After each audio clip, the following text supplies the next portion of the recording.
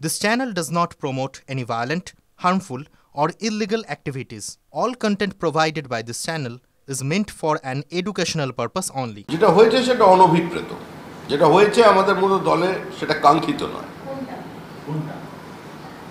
যা হয়েছে পুরো এপিসোডটাই যেতে পারি, কিন্তু কেন যাব এটা নিয়ে বিজেপি চিন্তিত নয়। কিন্তু যেটা সোশ্যাল মিডিয়ায় যারা পোস্ট করছেন, অধিকাংশ পোস্ট যারা করছেন তারা বিজেপির সক্রিয় কেউ নন।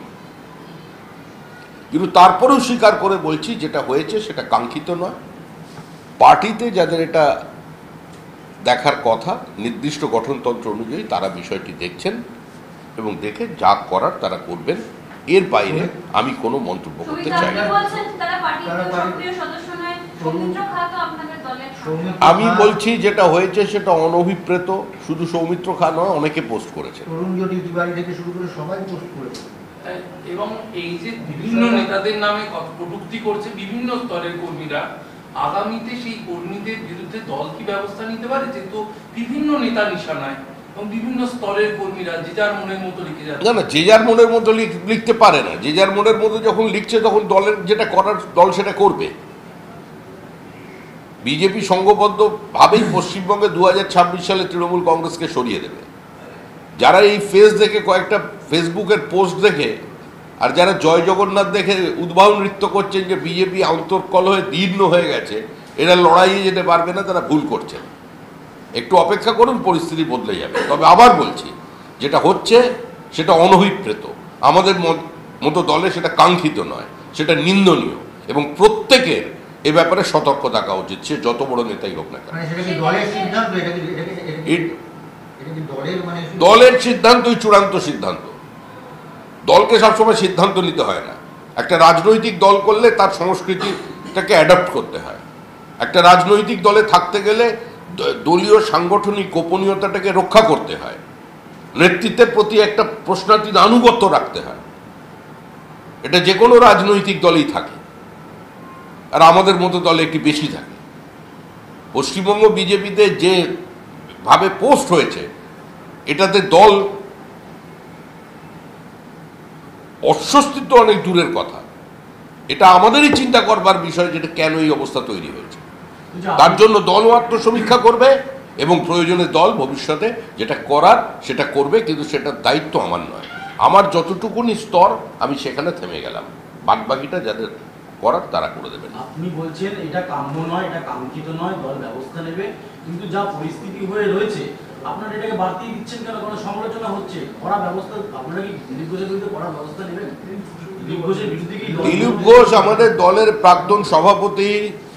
দিলীপ ঘোষ বিধায়ক ছিলেন দলের, দিলীপ ঘোষ সাংসদ ছিলেন, দিলীপ ঘোষ পরিসংখ্যানের হিসেবে সফলতম সভাপতি ছিলেন। দিলীপ ঘোষ কি করবেন, দিলীপ ঘোষ কি বক্তব্য রাখবেন, সেটা দিলীপ ঘোষের ব্যক্তিগত সিদ্ধান্ত। দিলীপ ঘোষের বক্তব্য বা দিলীপ ঘোষের ইঙ্গিত, দিলীপ ঘোষের বার্তা দলের প্রতি যারা যদি কিছু থাকে, সে বিষয়ে দলের যারা চিন্তাভাবনা করবার তারা করবে। সেই দায়িত্বটা আমার নয়। আমি আমার দলের অবস্থানটা স্পষ্ট করলাম। পুরো বিষয়টির ওপরেই দল কঠোরভাবে নজরদারি রাখছে এবং যার সময় যেটা করার সেটা দল করবে। এই ধরনের পরিস্থিতি যাতে বিজেপিতে ভবিষ্যতে তৈরি না হয়, তার জন্য দল ব্যবস্থা নেবে।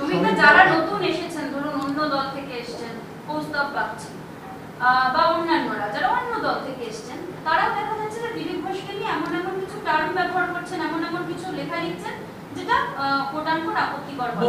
তারা কি বিজেপির ডিএনএ, আপনি বারবার বলেন বিজেপির শৃঙ্খলার কথা, বিজেপির ডিএনএ বোঝার কথা, এদেরকে একটুখানি নতুন করে পাঠ দেওয়ার বা শেখানোর প্রয়োজন? প্রত্যেকের পোস্ট এবং প্রত্যেকের রাজনৈতিক ইতিহাস সম্পর্কে বিজেপি অবহিত। আমি আবার বলছি, এই বিষয় থেকে বেরিয়ে আসার জন্য, এই বিষয়কে শেষ করার জন্য, এই বিষয়ে যাতে বিজেপির মতো পার্টিতে ভবিষ্যতে আর কোনোদিন না হয়, তার জন্য যা করার সেটা পার্টি করবে। এবং সেটা করার জন্য নির্দিষ্ট পার্টির একটা গঠনতান্ত্রিক ব্যবস্থা আছে। সেখানে কিছু মানুষজন আছেন, বিজেপির নেতৃবৃন্দ আছেন, সে কেন্দ্র এবং রাজ্য উভয় বিষয়টা দেখছেন এবং সেটা দেখে তারা যা সিদ্ধান্ত নেবেন। এর বাইরে আমাকে দয়া করে এই প্রসঙ্গে আর কোনো প্রশ্ন করবেন না। জগন্নাথ মন্দির তৈরি করেছেন, সেখানে আমি গিয়েছি, সবই মানে লাগবে, দল ছেড়ে দেবো, রাজনীতি ছেড়ে দেবো, তৃণমূল কি ভালো জায়গা নাকি?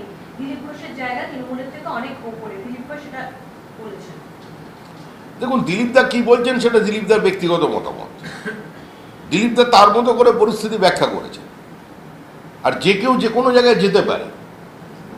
আমাদের দলের অবস্থান এইটা ছিল, যে কোনো মন্ত্রী, যে কোনো নেতা, যে কোনো ব্যক্তি মন্দির তৈরি হতেই পারেন, করতেই পারেন, কিন্তু প্রশ্ন হলো হিটকোট টাকায় যেভাবে মন্দির তৈরি হলো, মমতা বন্দ্যোপাধ্যায় তো একজন জনপ্রিয় নেত্রী, তার জনপ্রিয়তা নাকি এখনো শীর্ষে পশ্চিমবঙ্গে বলে তৃণমূল কংগ্রেস দাবি করে।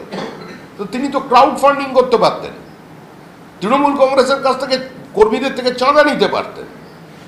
আর তৃণমূল কংগ্রেসের কর্মীরা মোটামুটি সবাই তো বুনেদি বড় লোক, তারাই তো টাকা পয়সা দিলেই তো হয়ে যেত মন্দিরটা। সেটার জন্য দেহ করের টাকা খরচা করে পশ্চিমবঙ্গের স্কুলগুলো ধুকছে, বাংলা স্কুল বিল্ডিং ভেঙে পড়েছে, হসপিটালে জীবনদায়ী ওষুধ নেই, সন্ধ্যা 6টার পরে স্টেট হসপিটালগুলোতে, ডিস্ট্রিক্ট হসপিটালগুলোতে এক্সরে পর্যন্ত করা যাচ্ছে না।